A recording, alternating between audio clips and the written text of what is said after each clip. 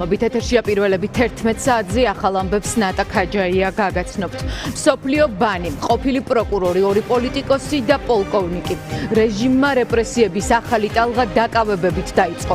ადამიანები, რომლებმაც სამშობლოს თავისუფლებისთვის სასწორზე დადეს პირადი უსაფრთხოება და თავისუფლება, ახლა იზოლატორებში არიან პოლიტპატიმრის სტატუსით და ბრალის წარდგენას ელოდებიან.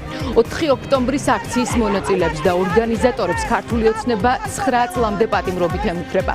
დაანონსებული დაჭერები სავარაუდოდ დღესაც გაგრძელდება. კობახიძის ანგარიშით ვციტირებ, მძიმე ხვედრის გაზიარება კიდევ 25-მდე ადამიანს მოუწევს. ლიზა ლასარეიშვილი განაგრძობს ახლა ამ თემაზე საუბარს, ის იზოლატორთან მუშაობს.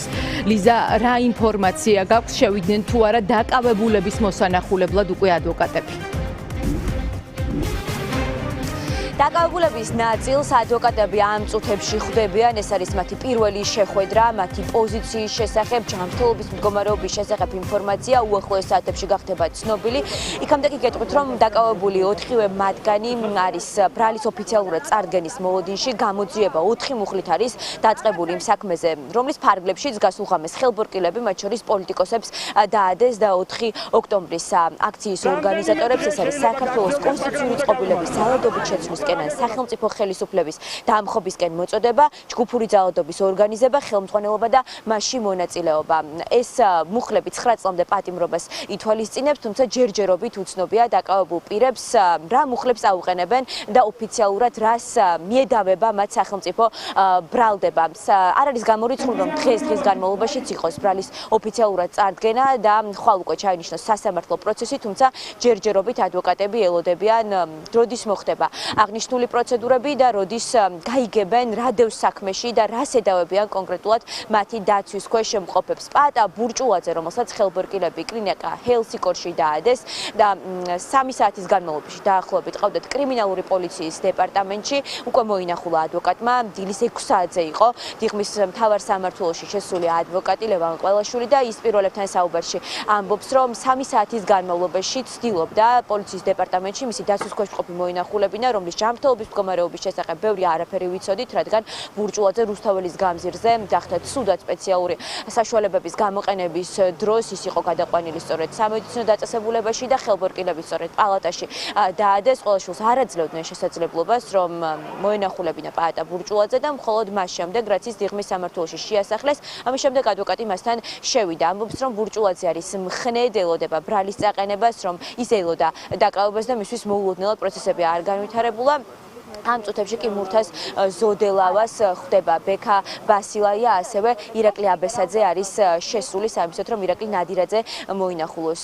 გამოძიება, რომელიც მიმდინარეობს ადვოკატებისთვის არის აბსურდული, ამბობენ, რომ საერთოდ არ უნდა დაწყებულიყო ძიება სახელმწიფოს დამხობისკენ მოწოდებაზე, მაშინ როდესაც ქართულმა ოცნებამ მიიტაცა ძალაუფლება, თუმცა ჯერჯერობით ადვოკატებს კვალიფიკაციასთან დაკავშირებით საუბარი მაინც უჭერთ, გამომდინარე იქიდან, რომ ზუსტად არ იციან მათი დაცვის ქვეშ მყოფებს სახელმწიფო ბრალდება რას ედავება. თუ გავიხსენებთ გუშინ გაკეთებულ პოლიტიკურ განცხადებებს, ირაკლი კობახიძემ ჯერ კიდევ დაკავებამდე რამდენიმე საათით ადრე თქვა, რომ 30-მდე პირს დაადებდნენ სავარაუდოდ ხელბორკილებს, ამიტომ ყველა ელოდებოდა, რომ დაკავებების სერია დაიწყებოდა და პოლიტიკური რეპრესიების გაგრძელებას ახლაც იურისტები ელოდებიან. პაატა მანჯგალაძე ასევე სტრატეგია აღმაშენებლის ერთ-ერთი ლიდერი აიყვანეს რამდენიმე საათის წინ სახლიდან, ისიც დიღმის იზოლატორშია შესახლებული და მასაც ადვოკატი უახლოეს საათებში გაისაუბრება. ხელისუფლების მხრიდან პოლიტიკურად მოტივირებულ, ხშირ შემთხვევაში ცინიკურ და აბსურდულ ბრალდებებს ჩვენ მიჩვეული ვართ, საზოგადოება მიჩვეულია და მორიგი მსგავსი პოლიტიკური ბრალდება ისროლა ახლა ხელისუფლების დაკვეთით ეწოდებულმა სამართალდამცავმა სისტემამ.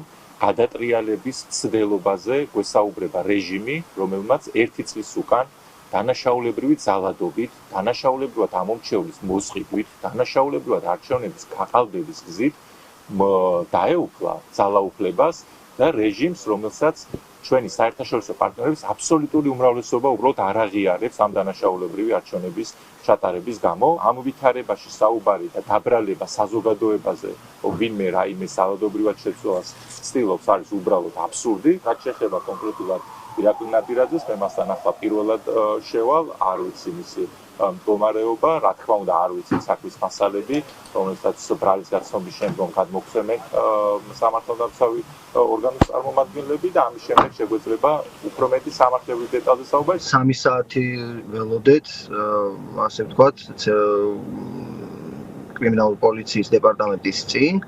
არ დაუშვეს საშვები, საბოლოო ჯამში მე გადავინაცვლოთ უკვე დიღმის იზოლატორთან და როცა მოხდა უკვე დიღმის იზოლატორში შესახლება, ამის შემდეგ უკვე მოგვეცა შესაძლებლობა რომ შევხვედროდით ბატონ პაატას.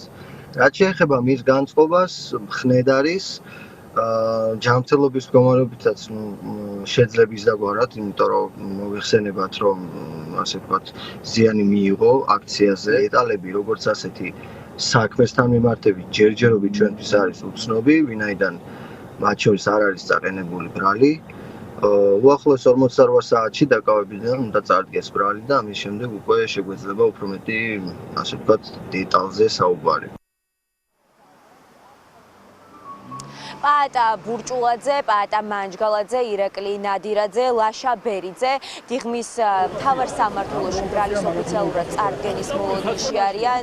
დღის განმავლობაში იქნება თუ არა, ეს ჯერჯერობით უცნობია, თუმცა ხვალ უკვე ჩაინიშნება მათი სასამართლო პროცესი, აღკვეთ ღონისძიებაზე იმსჯელებენ. ყველას აქვს მოლოდინი, რომ სახელმწიფო ბრალდების პატიმრობაში გაშვებას მოითხოვს. პირდაპირ ეთერში ლიზა ლასარეიშვილი საუბრობდა.